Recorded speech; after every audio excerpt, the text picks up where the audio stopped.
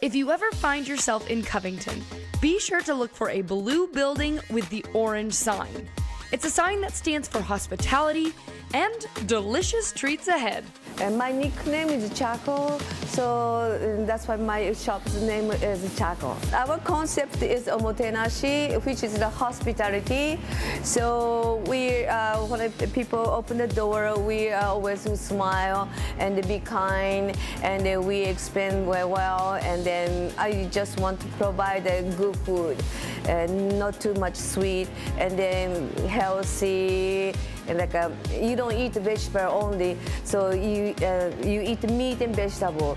I used to work as a nurse for 27 years in Japan, so I always care about the health. Not too greasy and not too sweet, not after-sugar. This is very important for me. And all that care about the quality of ingredients can be tasted in each bite. But Chako wasn't always a baker. I used to work as a nurse in Japan, and then when I passed 50 years old, I was trying to think about what I'm going to do after retired nurse. So I don't think I can do anything except medical things because I don't have any education for other things. This was my hobby. And then I decided to go to Cordon Bleu to study bread and cake. So, and then maybe I can have the shop in Japan somewhere. Flash forward, Chako has been in Covington for 3 years. She's been serving up unique and Instagram-worthy menu items, like her famous matcha green tea roll cake. Matcha roll cake is like I imported from Japan direct a very beautiful green matcha color powder. So I use that one for the roll cake, and also the white cream with sweet beans.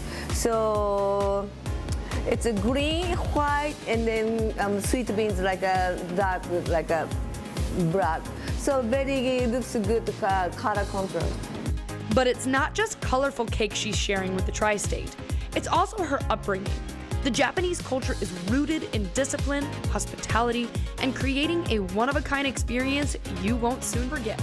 I want to provide the Japanese style and the Japanese culture about from food. That American people also travel to Japan, and they are very interesting about the Japanese food.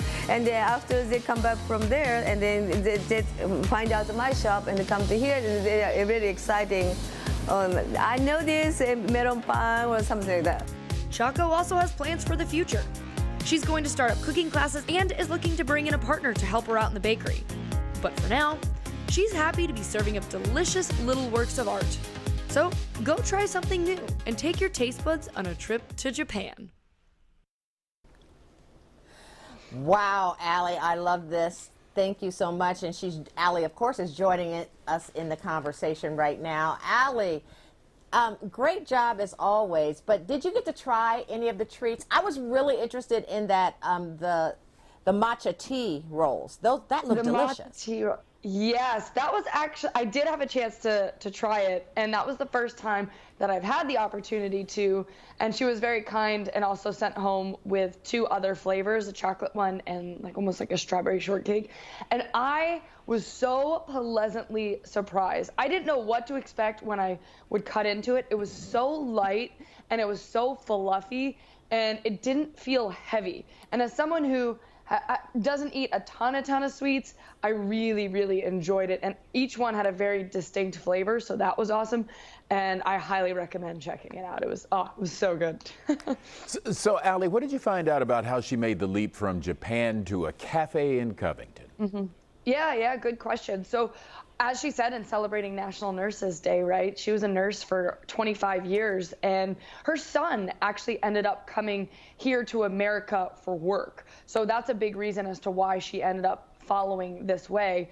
And if you look at her design for just even her logo and whatnot, her son is a designer, and it's funny because they go hand in hand together because the dishes that she makes are so beautiful. So she ended up following her son out here, and she is looking for as she's been, building out the space for 3 years, she's been hustle, hustle, hustle. She works, 6-7 days a week. And she's actually been looking for another partner to bring onto the bakery. So this is also kind of, I guess you could say, a little bit of a calling for a potential partner, of someone who wants to learn the craft, who may have some experience baking, and to join her.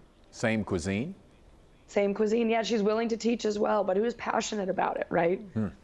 All right. Okay. And knowing that there's a good chance that that person might not have the level of experience that she has, but there will be a mentorship there and Sure. someone who might want to partner with her. Yeah. All right. And follow them on Facebook and follow them on Instagram. I was going to ask that very page. thing. Yeah. That very thing about how yeah. people can learn more.